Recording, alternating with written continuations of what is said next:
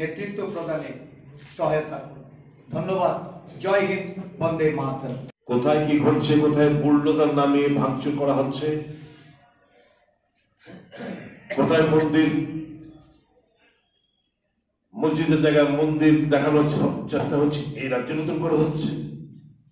রাজনগর বিধানসভা কেন্দ্রে আপনারা জানেন, খবরের কাগজে পড়েছেন, সোশ্যাল মিডিয়াতে দেখেছেন।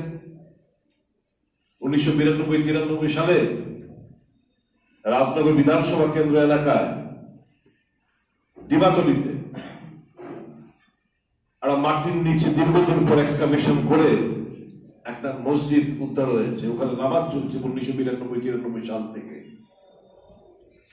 হঠাৎ করে বলতে শুরু করলো এটা জগন্নাথ মন্দির। প্রশাসন নির্বিকার।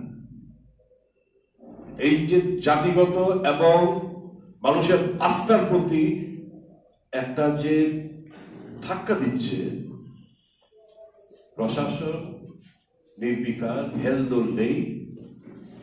এটা মারাত্মক একটা চিন্তার কারণ হয়ে দাঁড়িয়েছে দেশের জনগণের কাছে। এই যে সংবিধানে লেখা আছে liberty of thought, expression, belief, faith and worship, প্রিয়েম্বলে সেটার উপরে আঘাত। লিবার্টি নেই। আপনাদের নতুন আইন করলো, এই মধ্যপ্রদেশ সরকার প্রতিষ্ঠিত হওয়ার পর বলল কোন ধর্মীয় প্রতিষ্ঠানে মাইক চলবে না। উদ্দেশ্য কি? মানে আজান দেওয়া, নামাজ পড়া চলবে না, মাইক লাগাতে দেবে না। নির্বাচনের আগে আমরা দেখেছি